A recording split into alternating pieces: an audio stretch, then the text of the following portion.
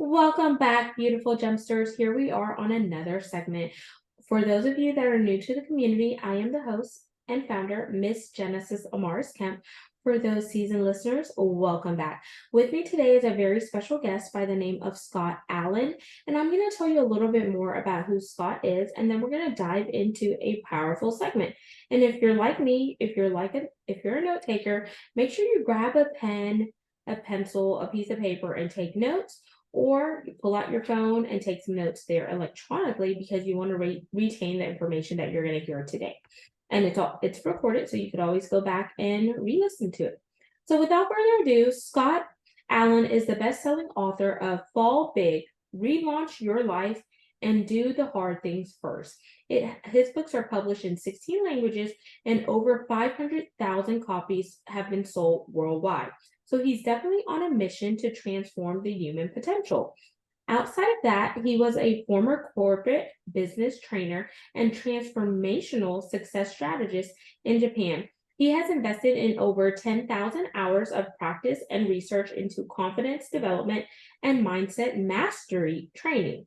With an unrelenting passion for teaching, building critical life skills, and inspiring people worldwide to take charge of their lives, which is something we all can use. He has committed to a path of constant and never ending self improvement. So, without further ado, I want to welcome the man behind it all, Scott Allan. Oh, well, thanks for that great introduction. It's good to be here. My pleasure, Scott, and thank you for just coming on to educate the gemsters and to just share and hold space with us. So, I like to allow my guests to connect with the community in a fun and personal manner. We can do that by either playing a rapid fire 10 question game, emphasis on rapid, or an icebreaker. What are you in the mood for? Well, let's go for the 10 fire rapid questions. Here we go then. We're playing rapid fire with Scott and Genesis. Do do do do do do. Question number one, Scott.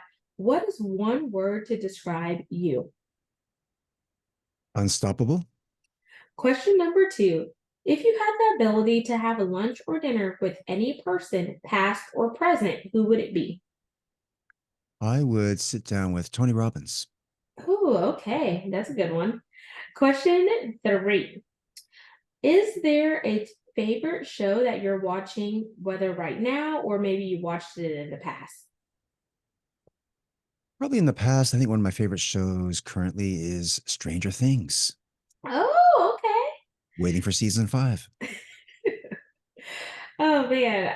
Okay. I had to think about mine. It was manifest for a while, trying to figure out what happened to the 828ers. For sure. Question question four. Okay. I know you've been around the block, seen a lot of things. What is one of the craziest things you have seen and endured in your life? Oh, wow. Well, there's been a lot of them, but let me see.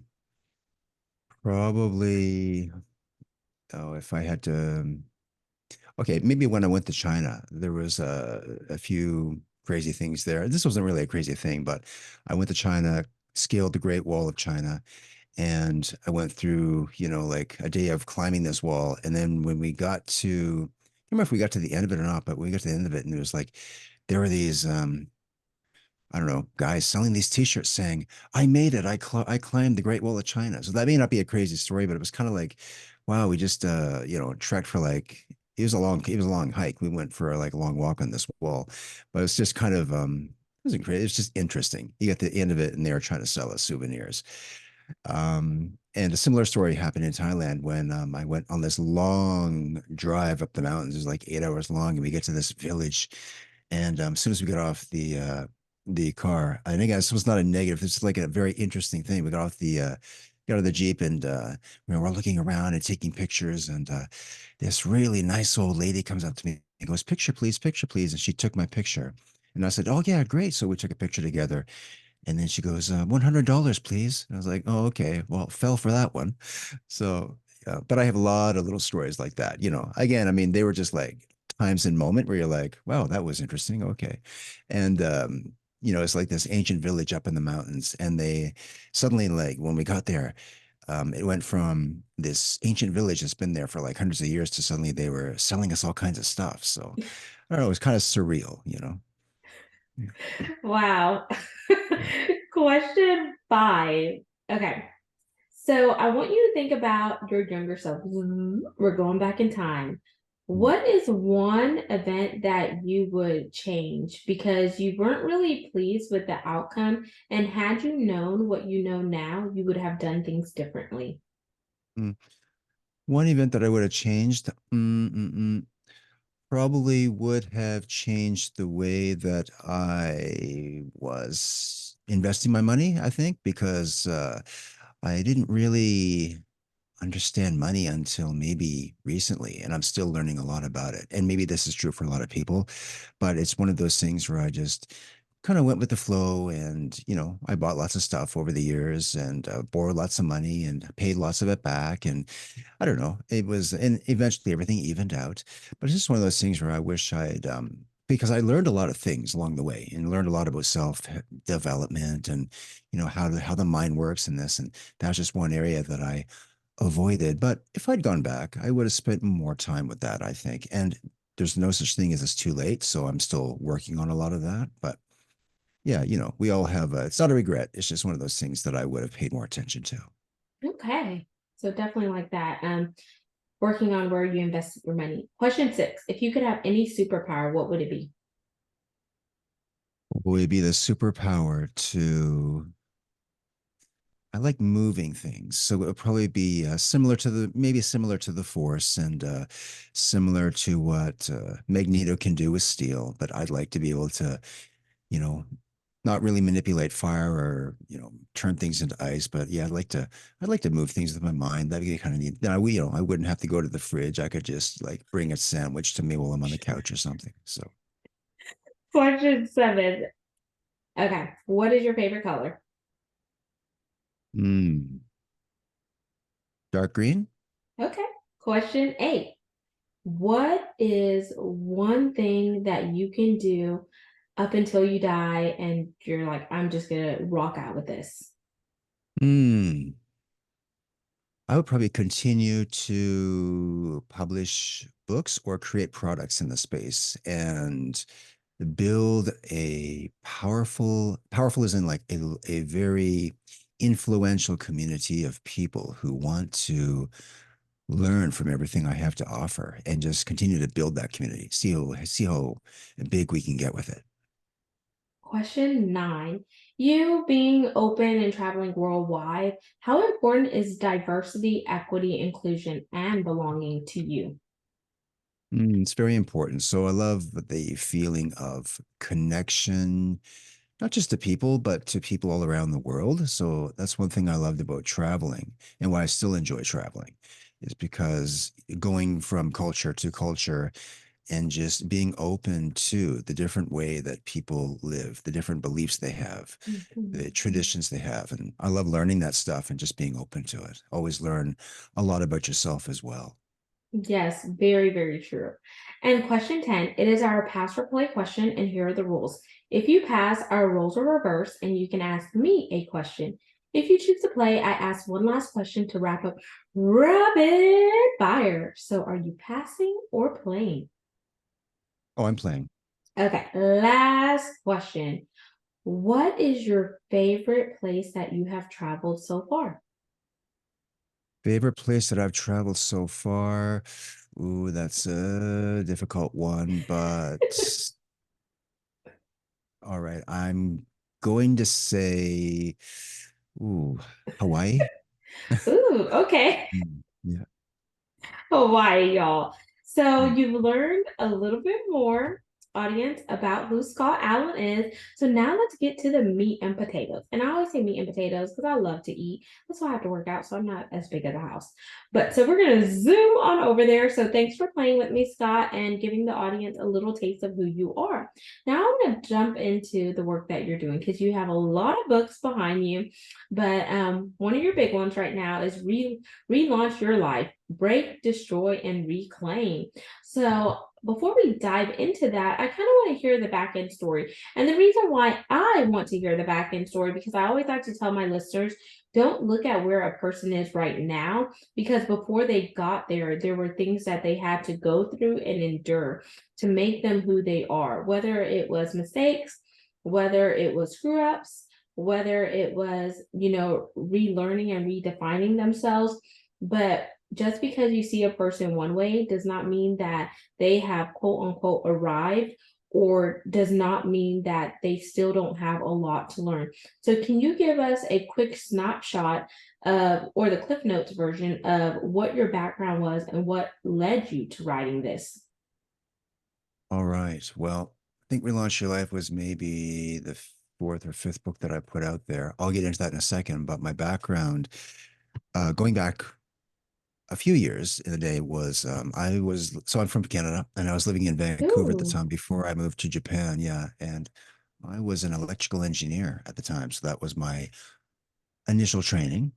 And then when I moved to Japan, I got into business training. I was a business trainer and I went around to like a lot of companies and just taught people how to like business executives, people taking business trips, and they would go overseas to the U.S., Germany, China, all over the place, and I would just teach them how to, I don't know, conduct themselves when they were in different cultures. Now, Japanese people have no problem with that. Etiquette's their number one thing, Yeah. but they were just misunderstood when they went to business, on business trips to try to communicate. So that was probably career number two or three. And the writing, though, I mean, with the writing the books, like I've always been a writer and a creator. I wrote my first book back when I was in high school, and it was a sci-fi fiction book. So I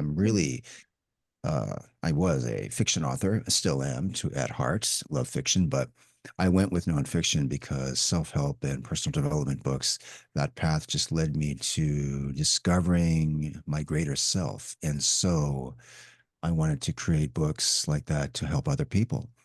Hmm. And yeah, Relaunch Your Life came about because after I had put out a few books, I started gaining momentum. And I think this book just came about as it was just an inspiration. I can't tell you how I get the ideas. To be honest with you, it wasn't just like I didn't sit down and just start brainstorming different books that I could put out there. I had an idea for a book, and it's like I had the title, and I was like, "Oh, Relaunch Your Life, yeah, yeah. Let's maybe I'll create a book around that." So I come up with a title, a concept for it, outline the book, and then I would just dive in and start writing it. Usually, I could write a rough draft in about, I think this book I put together in about 30 days. It was just like showing up Wow. every day. I would do a few thousand words. At that time, I was working in my corporate job still. So basically, I would Mhm. wake up early in the morning. My kids were still, babies at the time. So babies would get up, get them to kindergarten, go to work, and put in try to find some writing time throughout the day, come home and put the babies to work, and then go back to work again on the books. So, So anyway, question, if I can interject really mhm, quick. sure. So whenever you were writing and you were balancing being a dad, working your corporate job as a electrical engineer, right? And you were still in Um, Can. yeah. Yeah, in Japan, I was working as a business executive teaching business English. So, but the electrical engineer I left behind in Canada. So, Oh, okay. So in Japan and just having to juggle all of that, mm, do you think that maybe internally you were going through a your own relaunch in your own life where that kind of gave you some of the ideas to put forth in the book? great question. Absolutely. So, I've always believed that you can. Well, I wanted to prove actually this concept as well, that you could reset your own life. You could relaunch your life. You Mhm. could recreate your life. You didn't have to settle for what you have. And there was nothing wrong with the way I was living. I was just, I was very happy. But I knew that, well, we can always be happier. But I knew that I wanted to, and because I'd already been publishing and putting material out there. So I had Mhm. momentum. And I know that if I keep, like what would happen if I keep going with this, right? That was the question, Mhm. like what, how far can I go with this? What if I keep going with this and I actually end up changing everything and could end up, you know, writing books full time? Like, wouldn't that be interesting? So Relaunch Your Life came about through that, but it also like a big part of the book is breaking negative behavior. And Mhm. negative behavior is anything that is, detrimental to your health, your values, and pulls you away from your goals. So part of the book deals with mindsets, the mindset of rejection, feeling rejected, rejecting yourself, the mindset of overcoming failure, et cetera. There was a few in the book, but yeah, the concept was really how to wake up every day and, create yourself anew. So that meant, changing your behavior. And that was Mhm, isn't something that happens overnight for anybody, mhm, but the book was just focused around that framework. But it was interesting too that it was the one book I think that really took off. Like the other ones did okay, but this is the book that when I put it out there, people just gravitated towards it. So mhm. it took off, gave me a little bit more money to invest back into the business, and I was able to create more books and continue to supercharge everything and move forward faster. So. So whenever you were writing the book, I know a lot of your inspiration came from various things, and you're not really just quite sure like how to pinpoint where it came from. But I Mm. don't want to mince your words. Do you feel like you had any roadblocks while you were writing where you're like, okay, I'm stuck. I need to recalibrate in order to keep the juices flowing? Mm. Yeah. So one of the practices I use is whenever I'm working on a new book, I always have two or three books similar to that topic that I'm referring to just as models. And I Mhm, also have role models as well, like, whether they're, Tony Robbins or Brian Tracy or Mel Robbins or Oprah. I mean, it's just like I just have these role models of people who have done amazing things. But I think a lot of people just see them as, big successful superstars, and they don't maybe I think it's important to look at the journey that they took to get there. And that's what I was always obsessed by is how did they get there, how did they become so successful, and how did they become so influential actually, mhm. because I wanted to use some of those principles not just in my writing but in my own life as well. I knew that if I could manifest those principles, probably I could change my own destiny, or better yet, I could create a new destiny. And Mm. that's what really charges me up. So, I really like that. And let's talk about the destroy aspect and the reclaim because we're breaking away from those negative mindsets and those habits.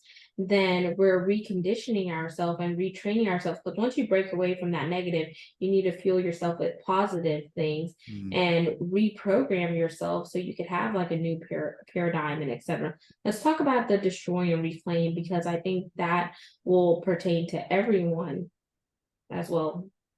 for sure. Yeah. So, if you want to reinvent your life, there are certain habits and behaviors that you don't just have to replace them. Some of them you have to destroy them, and that just means that over time.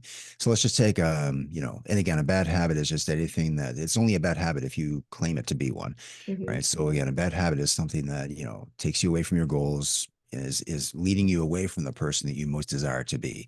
So I identified what they were, and they can be these could be addictions, they could be procrastination, which was a big one, and it can still get Oh in the way. yeah. But it's one of those things where I was like, I have to, it's not like destroying yourself, but it's destroying a part of your like your identity. Actually, like what it really is an identity shift. And for you to become something that you've never been, you have to, I think destroy is a little bit of it sounds really sexy in a subtitle. There's a little bit of a hard word, right? So, but what you're really doing is just, you are breaking down the identity of the person that you used to be so that Mhm. you can be something, you can be something greater, like a butterfly, goes into becomes a caterpillar, becomes a butterfly.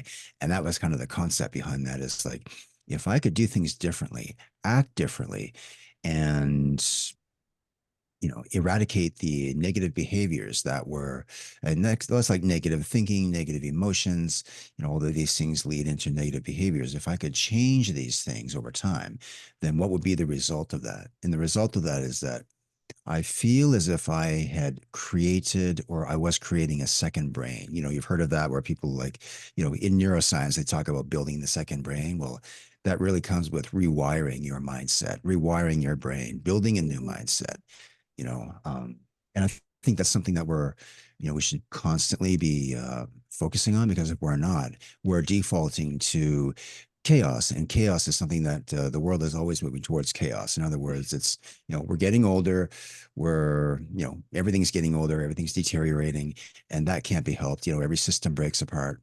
But while it is, why don't we try to become the best versions of ourselves so we can just hang on as long as we can? So if you can relaunch your life every day, like just come into the day with, a renewed mindset, a new routine, building new habits, and you just keep, plugging away at that, like from early in the morning until you go to bed at night, you keep just focusing on moving forward just a little bit more. You can do amazing things, not just for your own life, but when you change, everything else around you changes. Like people see the change, and then Mhm. next thing you know, the naysayers who didn't believe in what you were doing are suddenly asking you, "How did you do that?" So that was my Yes. experience with it anyway. Yeah. And I like that you shared that. And as you were sharing, I thought about, my family. My mom is West Indian and my dad was from Curacao, so off the tip of Venezuela. And whenever they came to the US, I noticed, like, based on stories that they told me, they had to reinvent who they are to Mm. adapt to some of the American lifestyle. So if you think about relaunch your life and the break, the destroy and reclaim for anyone that may be in a corporate setting that is interested in going into a setting where they're owning their own business and running it, then they have to go through a period of reinventing. You're no longer going to think as an employee because you need to think as a boss. You need to think as an owner and etc. And then if you're moving from maybe the US to overseas, you can't just go overseas and still have that same American mindset because you're not going to tick and beat at your drum. It's not like your way is golden anymore. You have to adapt with the times and the cultural norms there. And at least, like, if you don't know their language, you need to learn their language. Kind of like when people say, "Oh, this is America. We speak English. You need to learn English," or Mm. whatever the case may be. All of those things around us can be tied into this book, Relaunch Your Life, depending on Hmm. how you look at it and how you break it down. So, Gem Search, for those of you listening, think about an incident in your life where you had to break away from maybe some microaggression, break away from some cultural and societal norms, break away from maybe a corporate mindset because you have outgrown that season in your life, and now it's time for you to soar like an eagle and tap into your own space based on the skills that you have. What are you doing to leverage that?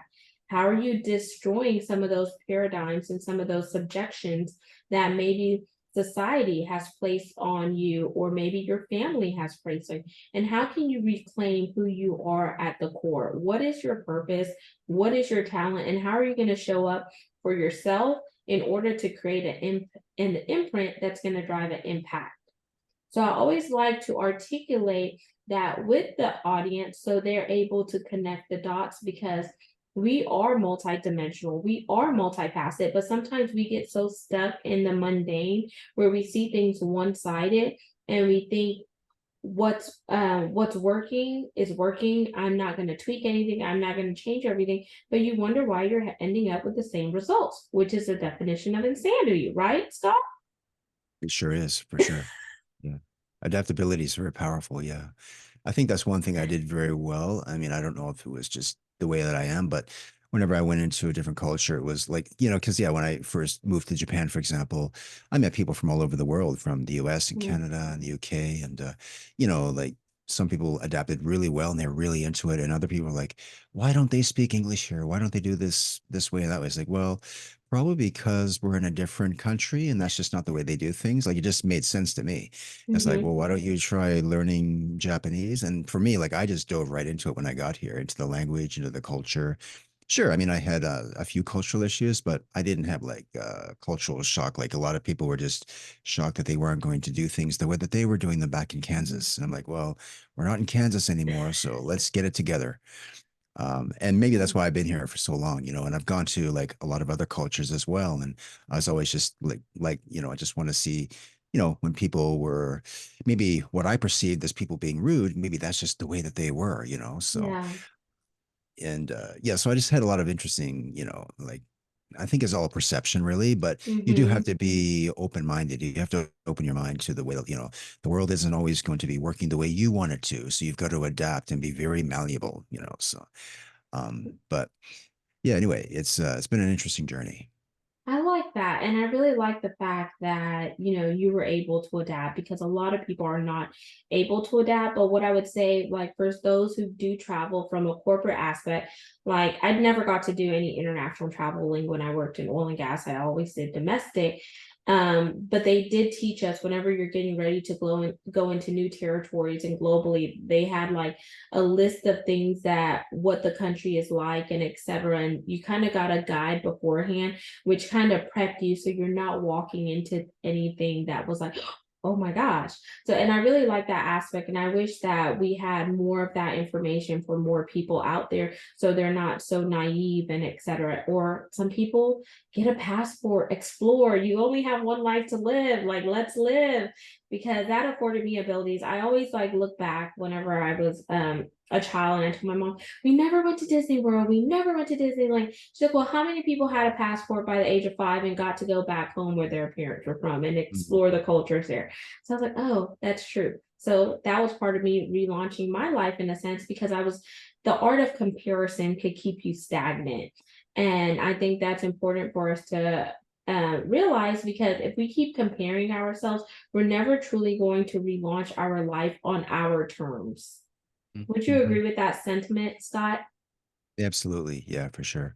Yeah. And I was just going to add one more thing to that. I never went to Disneyland either until the first time 2 weeks ago, and it was a dream. So it's never too Yeah. late. Yeah. So I want to ask you about your family here just for a quick second, because it ties into the book. Were your kids born in Japan or were they born in Canada? No, I came to Japan single, and my kids were born here. So my daughter's 16 and my boy's 14. Yeah. Okay. The reason why I was going to ask, because I was going to say, did you see any differentiation between like them moving places, or have they moved anywhere outside of Japan with you? Not moved, but we traveled a lot. I mean, we've been to the US together a couple of times, been to Canada a couple of times, just to return back home. But, yeah, they love to travel as well. And I think, like one thing I always encourage them is like, I want to take them on more trips so that they can see the way that things are in other countries, because they haven't Mhm. been outside of this country enough, I think. So I just want to expose them to more of, like, and they're like, there are a lot of places I haven't been to either, and I'm very curious to go to those places still. So I really believe, like, experience is just everything. Like, I just want to, I want to encourage people to experience as much as you can about life. And I'm not saying you have to travel around the world for that, because Mhm.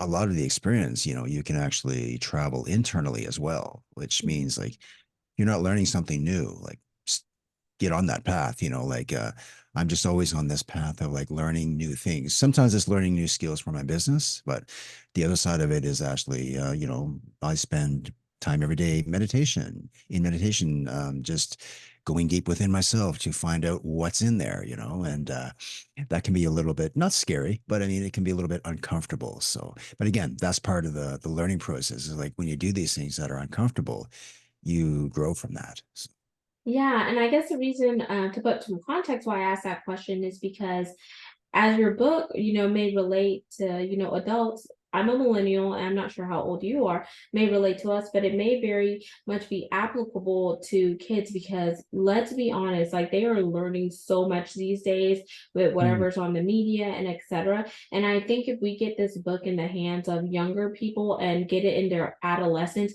we could put them on a path to relaunch their life at a young age that's setting them up for success. Whereas once they know who they are and they define who they are, there's the power of building that character early on.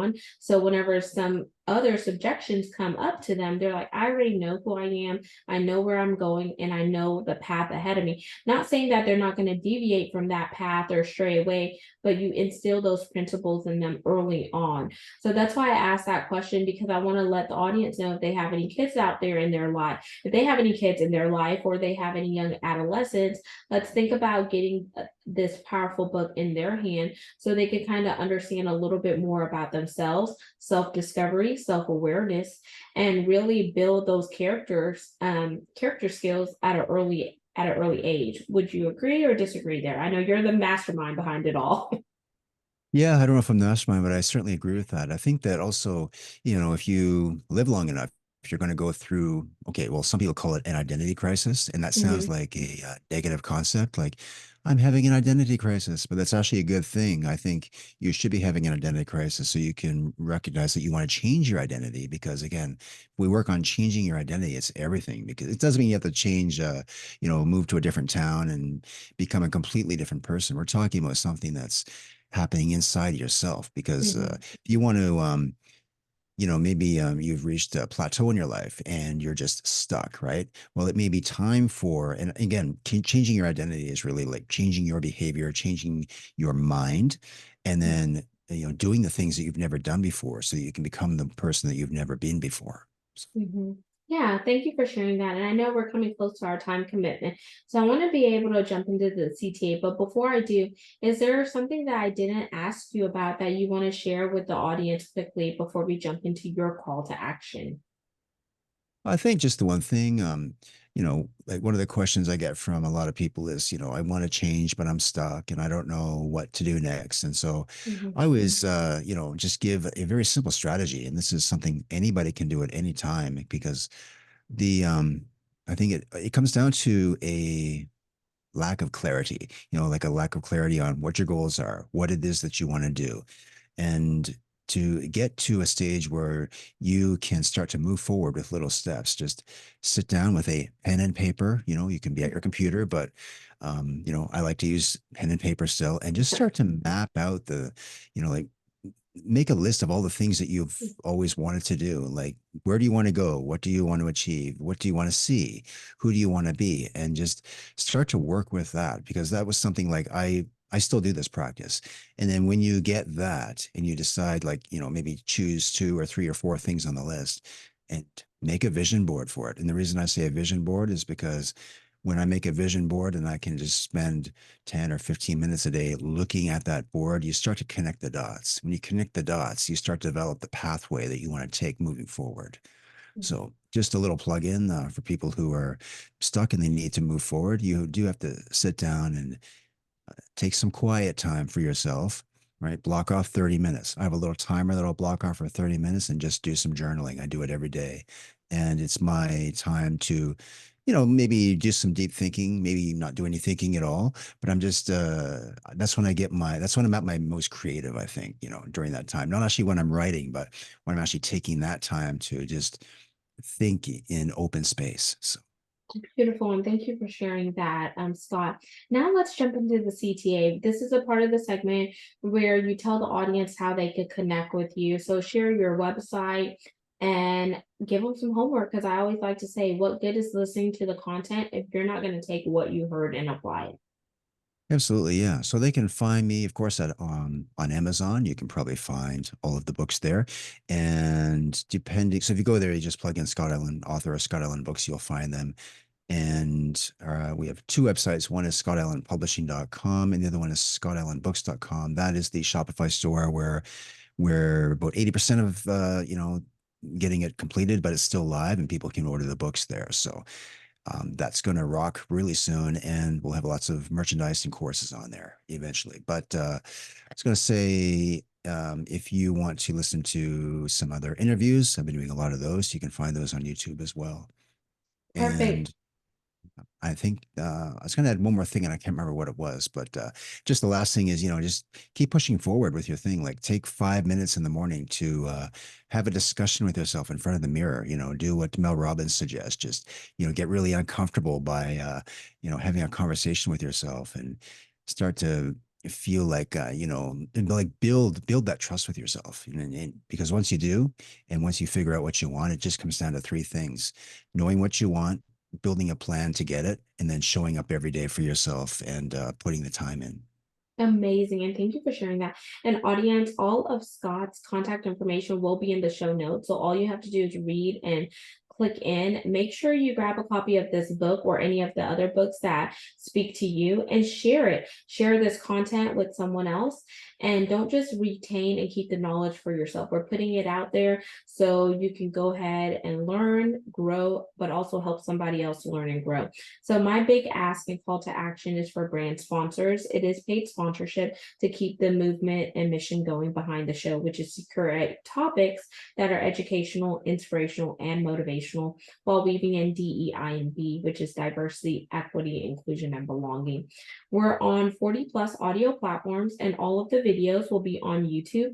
So all you have to do is type gems with Genesis Amaris Kemp to see the video components. But until next time, I always like to sign out with peace, love, and lots of blessings. Remember, you are your biggest asset. So never allow someone to depict who you are and where you're going.